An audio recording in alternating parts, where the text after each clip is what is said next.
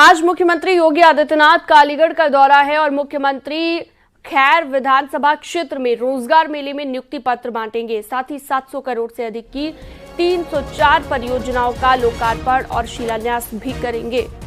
Gurukul public school में CM Yogi Adityanath जनसभा को संबोधित करेंगे। दोपहर 12 बजे सीएम योगी अलीगढ़ पहुंचेंगे।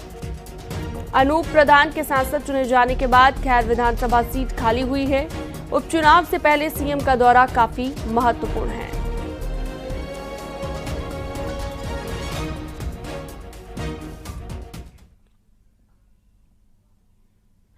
योगी कैबिनेट की बैठक में 13 प्रस्तावों को मंजूरी मिली है। इसमें एक प्रस्ताव संस्कृत पढ़ने वाले छात्रों के हित में था। सरकार के मुताबिक संस्कृत पढ़ने वाले छात्र ज्यादातर गरीब परिवार से आते हैं और उनकी स्कॉलरशिप काफी दिनों से बढ़ी नहीं थी, जिसको अब बढ़ाने का प्रस्ताव पास किया गया है।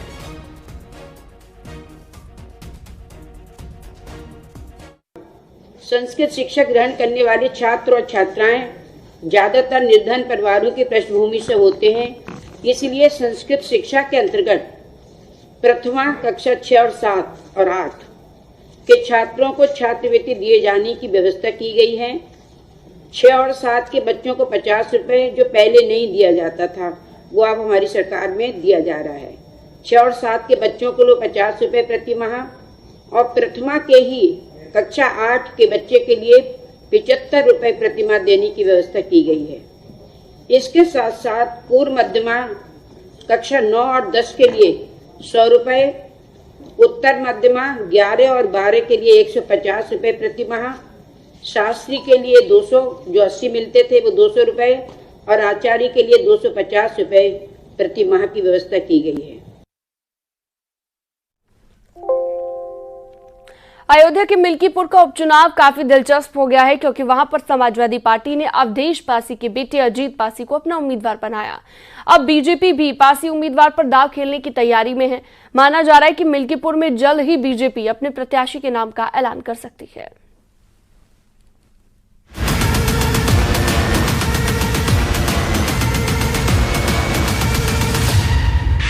अयोध्या के सियासी अध्याय में मिल्कीपुर का चैप्टर उस चुनाव में खुलने जा रहा है जहां से 2027 का चुनावी शंखनाद होगा।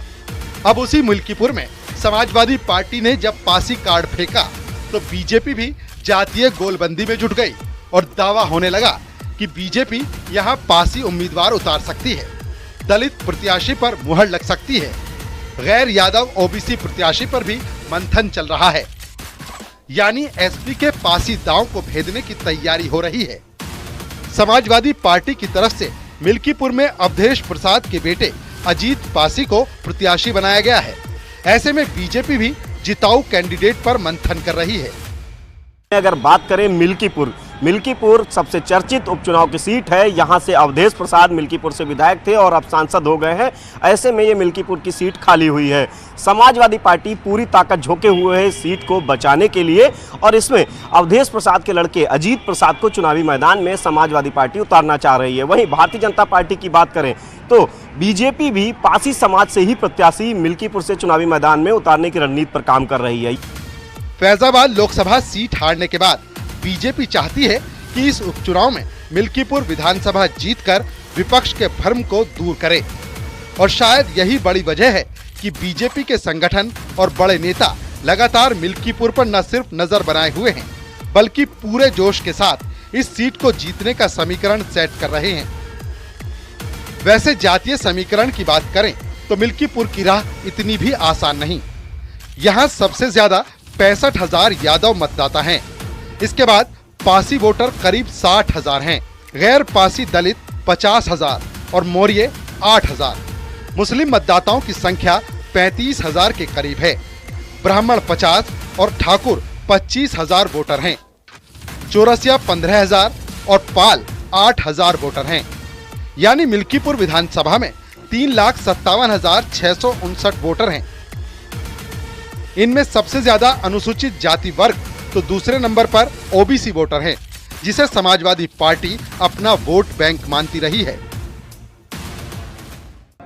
ऐसा है, माननीय राष्ट्रीय अध्यक्ष जी मिल्कीपुर के बड़ी तादाद में कार्यकर्ता आए थे, समर्थक आए थे और नेता लोग आए थे।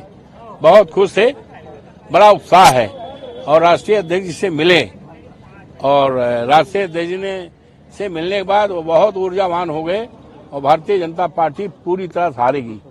लेकिन मैं ये बात दावे के साथ कह सकता हूँ 10 चुनाव जो हैं 10 विधानसभा के उपचुनाव में भारतीय जनता पार्टी 10 के 10 चुनाव जीतेगी, एक भी सीट हारने वाली नहीं, चाहे मिल्कीपुर हो चाहे जो सीट हो, हम 10 की 10 सीटें जीतेंगे।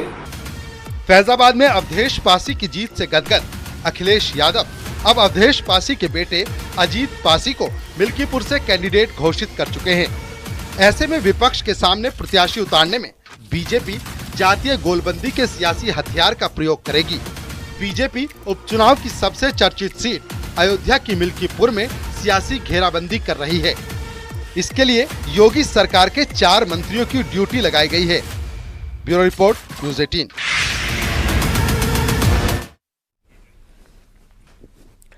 और इस बीच एक बड़ी खबर आ रही है मिल्कीपुर को लेकर। ब्रजेश पाठक और ओपी राजभर ने बड़ा दावा कर दिया है। ब्रजेश पाठक और राजभर ने कहा कि मिल्कीपुर में बीजेपी 100% जीतेगी, इसकी पूरी गारंटी है।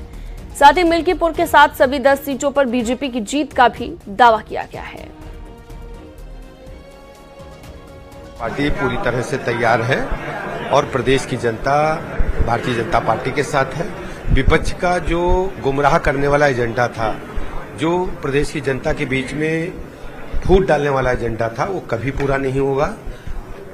जनता इनकी कलई को खोल चुकी है। अब प्रदेश की जनता भारतीय जनता पार्टी को इन 10 सीटों पर अपना आशीर्वाद प्रचंड बहुमत के साथ देने वाली है। 10 सीट पर एनडीए गठबंधन पूरी ताकत के साथ सभी हमारे साथी लगे हैं और 10 सीट जीतने का प्रयास हो रहा है। आप लोगों को चिंता मिल्कीपुर और कटेहरी की है तो 100% आप लोगों की चिंता दूर होगी, वो जीता जाएगा, ये गारंटी हम कह रहे हैं।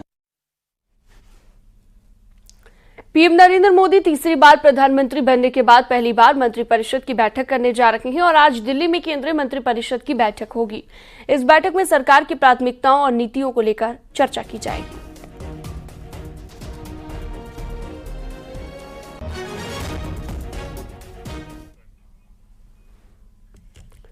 गाजियाबाद से बड़ी खबर। हॉस्टल में पुलिस की छापेमारी। सेक्स रैकेट की सूचना पर यह छापेमारी की गई है। मौके से 4 महिलाओं को बरामद भी कर लिया गया है। हॉस्टल संचालिका और 4 पुरुष गिरफ्तार किए गए हैं। थाना साहिबाबाद क्षेत्र का ये मामला हम आपको बता रहे हैं। 4 महिलाएं हिरासत में ली गई हैं। ये तस्वीर भी आपको हम दिखा रहे हैं। पुलिस जब छापेमारी करने के लिए पहुंची, सेक्स रैकेट का पर्दाफाश हुआ है और संचालिका समेत 4 लोगों की गिरफ्तारी की गई है। गाजियाबाद पुलिस ने पीजी हॉस्टल की आड़ में चल रहे सेक्स रैकेट की सूचना पर छापा मारा है और छापेमारी करने के बाद पुलिस ने संचालिका समेत 4 को गिरफ्तार किया। वहीं 4 महिलाओं को भी पुलिस ने हिरासत में लिया। मामला थाना साहिबाबाद क्षेत्र के राजेंद्र नगर का है।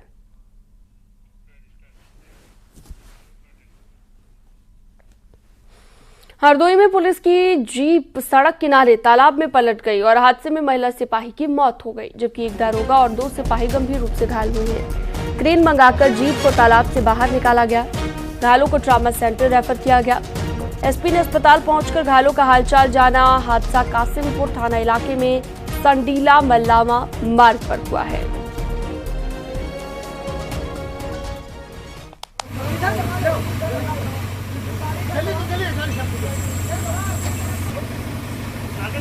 तो हादसे में महिला सिपाही की मौत हो गई है। दारोगा और 2 सिपाही घायल भी हुए हैं। तालाब में गिरी पुलिस की जीप, जिसके चलते यह हादसा हुआ है।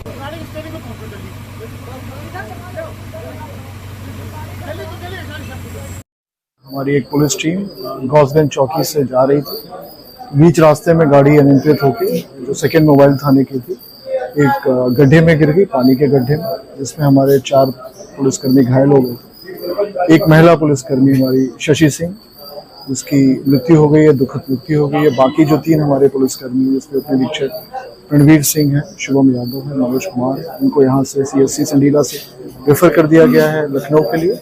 उनके साथ हमारी एक टीम गई है, जिनको बेहतर वहाँ पे उपचार दिलाएगी। महिला कांस्टेबल शशि सिंह के परिजनों को सूचना दे दी गई, उनके परिजन भी यहाँ पर आ रहे हैं, इन चीज़ों को वो हैंडल करें, उनको बेटर ट्रीटमेंट के लिए हमारी स्पेशल टीम वहाँ पे गई है। बिजनौर में पुलिस और बदमाशों के बीच मुठभेड़ हुई। पुलिस चेकिंग के दौरान संदिग्ध बाइक पर सवारों को रोकने की कोशिश की गई और बदमाशों ने पुलिस की टीम पर ही फायरिंग कर दी। पुलिस की जवाबी कार्रवाई में एक बदमाश के पैर में गोली लगी है और उसे गिरफ्तार कर लिया गया है, जबकि उसका एक साथी मौके से फरार हो गया। नेहटोर थाना क्षेत्र का ये मामला है।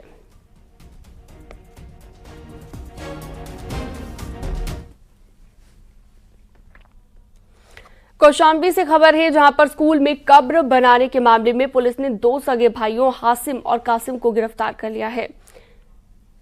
इसके साथ ही कब्र के मलबे को स्कूल से बाहर कराया गया। पुलिस गिरफ्त में आए आरोपियों के मुताबिक इनकी बहन सितारा की मौत सांप काटने से 30 साल पहले हुई थी।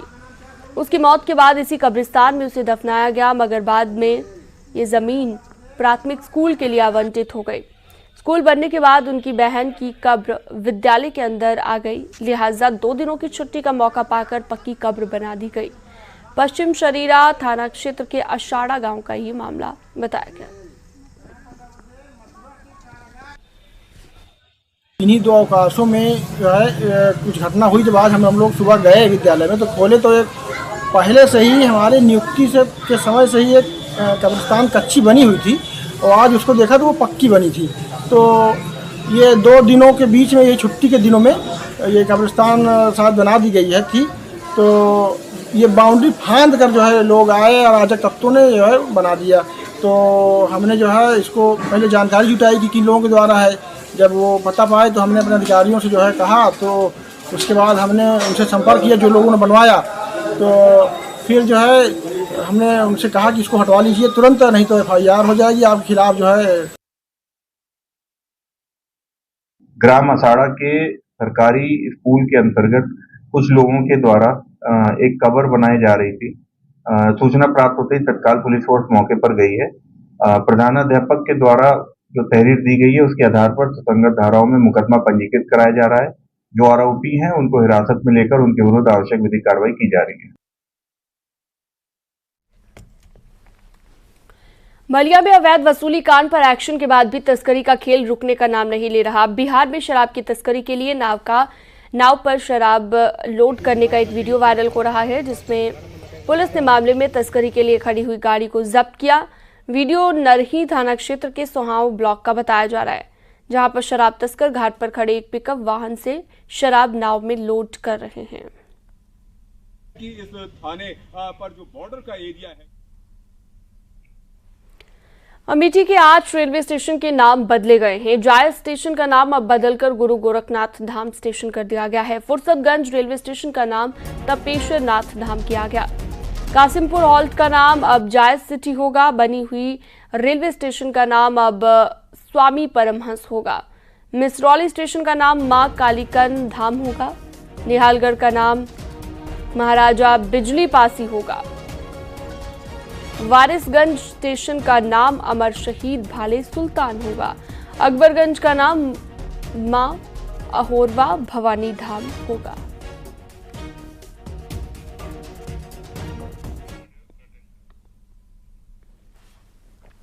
अम्बेडकर नगर में प्रेमी के ब्लैकमेल करने से परेशान 2 प्रेमिकाओं ने मिलकर अपने प्रेमी की हत्या कर दी। पुलिस ने दोनों आरोपियों को गिरफ्तार किया।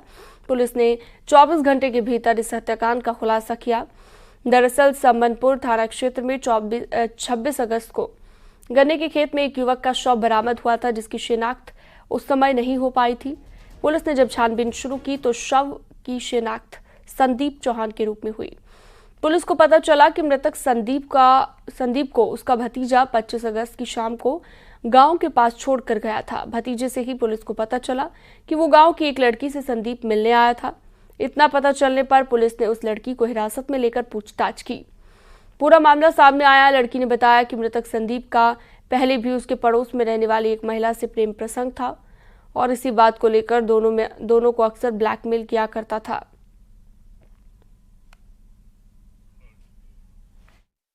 एक मॉर्निंग में गन्ने के खेत में एक युवक का शव प्राप्त हुआ था, जिसकी तत्काल पहचान नहीं हो पाई थी। इसमें 3 टीमों का गठन किया गया था। टीम ने अथक परिश्रम करके इसमें उसकी पहचान कराई। पहचान के पश्चात उनके परिजनों से वार्ता करने पर यह पता चला कि 2 महिलाओं ने मिलकर के इस घटना को कारित किया है। इसमें तकनीकी आधार पर इसको चेक किया गया, उनके परिजनों से तहरीर प्राप्त की गई तो घटना पूरी तरह इन दोनों महिलाओं के द्वारा कारित की गई है। इन दोनों महिलाओं से आला कतल चाइनीज टॉर्च, मृतक का मोबाइल, मृतक का पर्स बरामद किया गया है।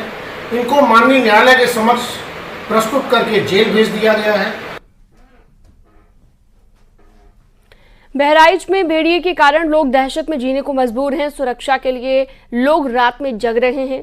45 दिनों में महिला समेत 9 बच्चे आदमखोर भेड़िए का शिकार हो चुके हैं। ग्रामीणों के रात में जगने का वीडियो भी सामने आया।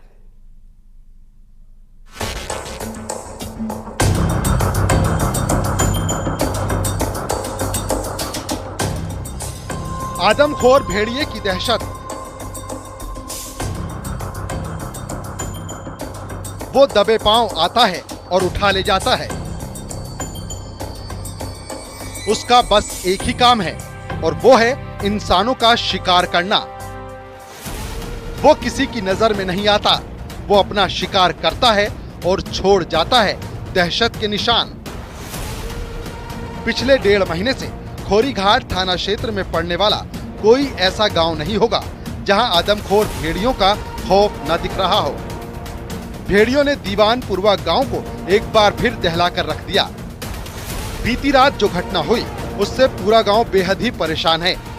भेड़िए ने रात के वक्त दस्तक दी और वो 5 साल के मासूम को अपने साथ उठाकर ले गया।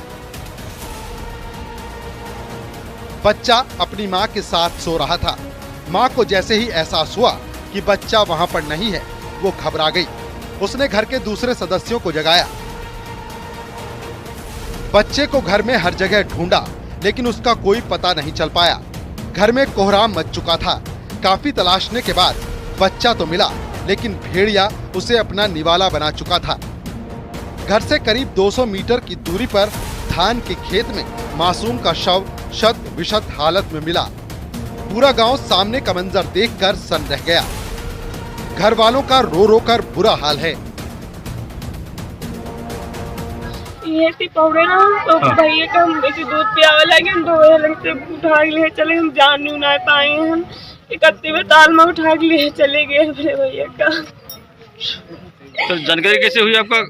तब ना पाए हैं, तब ऐसे गए हैं ढूंढे, खूब ढूंढे, ना पाए हैं तब गए हैं वैसे तब वैसे ढूंढे लगे तब पापा और वैसे गए तब पाई नहीं।